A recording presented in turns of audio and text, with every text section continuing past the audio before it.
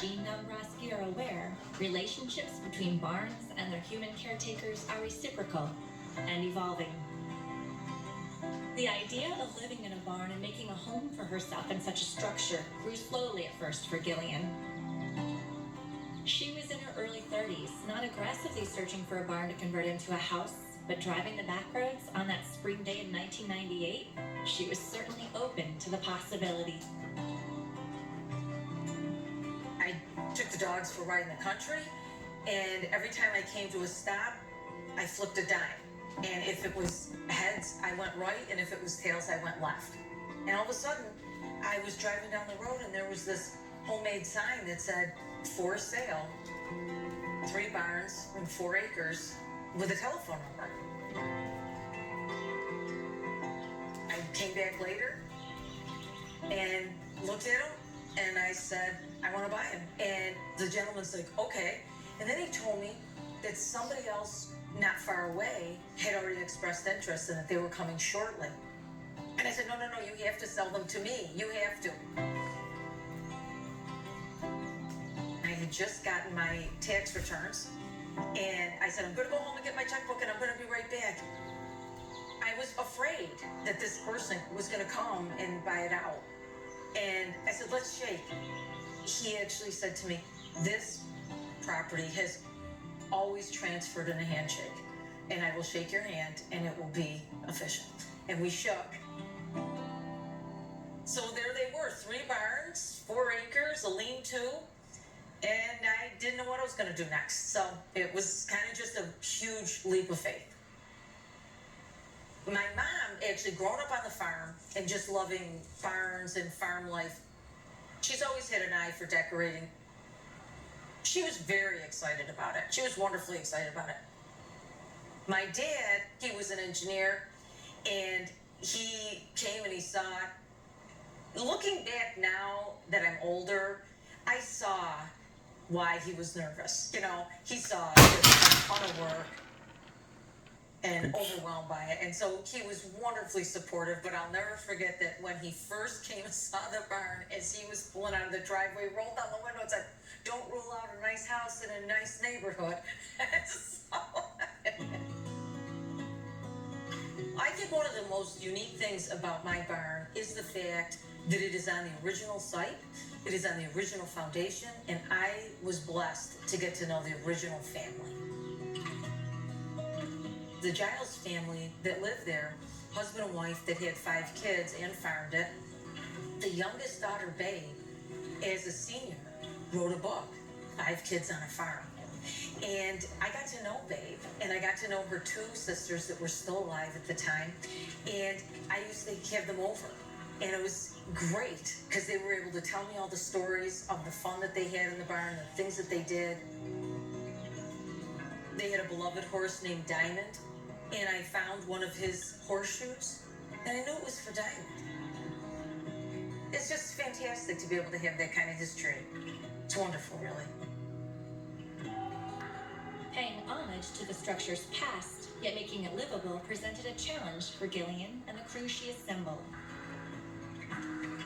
It was a challenge to find who could do the work, you know, and I found that the barn is most similar to timber framers.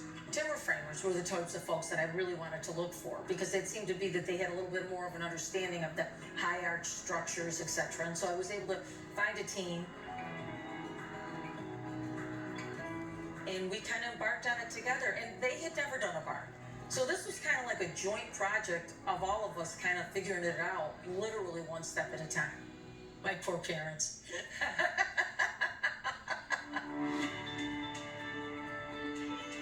I wanted it to still look like a barn and still be a barn.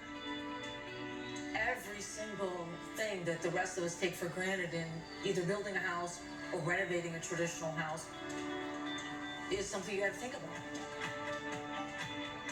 My particular barn is hemlock, and what the Wells family did was they built the barns based on what the woods were that were at the location. Well, hemlock is very unusual wood, hard to come by, but it's also lovely. So when it was power washed, it turned into this honey colored wood that was spectacular. So I thought, I want to see that. Then it became, how do you do that? So then where's the insulation? Then the insulation needs to be on the outside, and the new siding needs to be on the outside of that. And then the electric, it should be in conduit. And how do we hide it under the purlin? So literally it's like every single step. It's exhausting. You have to like think it and process it. But it's really worth it because you're trying to get that feel of the barn, the sense of the barn, and also making it so that you can live in it.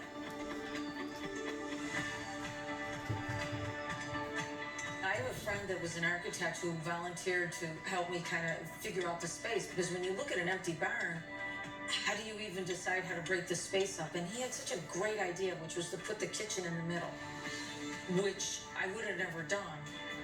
And it draws people to the center. And with the 36-foot ceilings, there is a natural tendency to go to one of the corners. Another thing that he suggested was that when somebody would come in the door, that they would come in under a regular size 10-foot ceiling. And that would be familiar to them. They would recognize that and then transition and walk in, and then it would open up to the whole open space. People come in and then they look in and then they just want to be drawn into the space and experience it. But that transitionary moment is really, really important for people, and I think it was a great idea. I think I missed that part. What? When I walked into the big space. Oh, you walked into the base? Yeah. Yeah, I think you did. There was an outdoor hiking group, and that's where we initially met, and just kind of, palled around with the group and did some hikes and kayaking and fun activities like that. And then it was time to come and see the barn, right? And so that is a story of its own. So I've never been in a residential barn.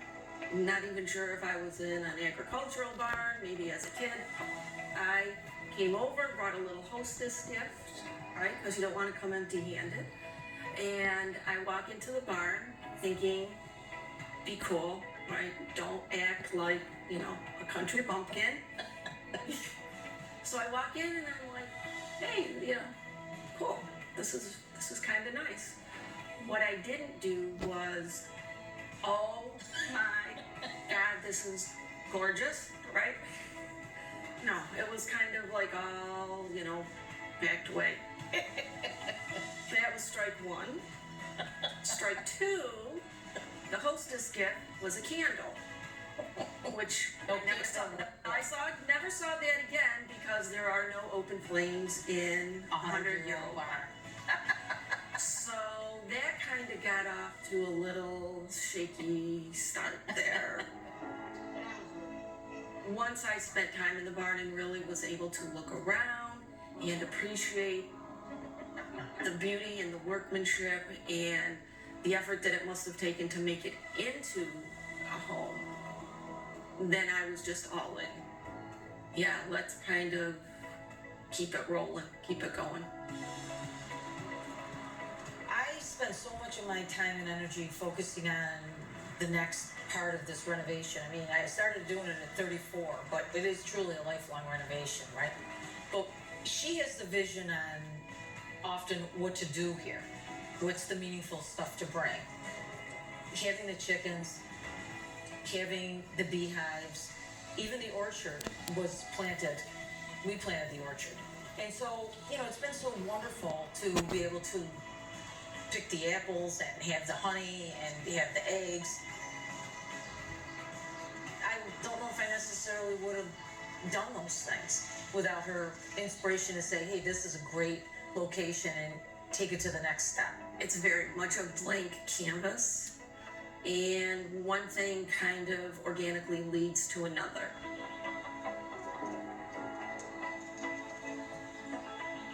Once we kind of tackled the outside space and what we wanted to do out there, and then converting this new barn was more of a people space, a place where we could go, where our friends could go, where we could have events or gatherings of like-minded people who wanted to spend some time in a barn where you get a different type of inspiration.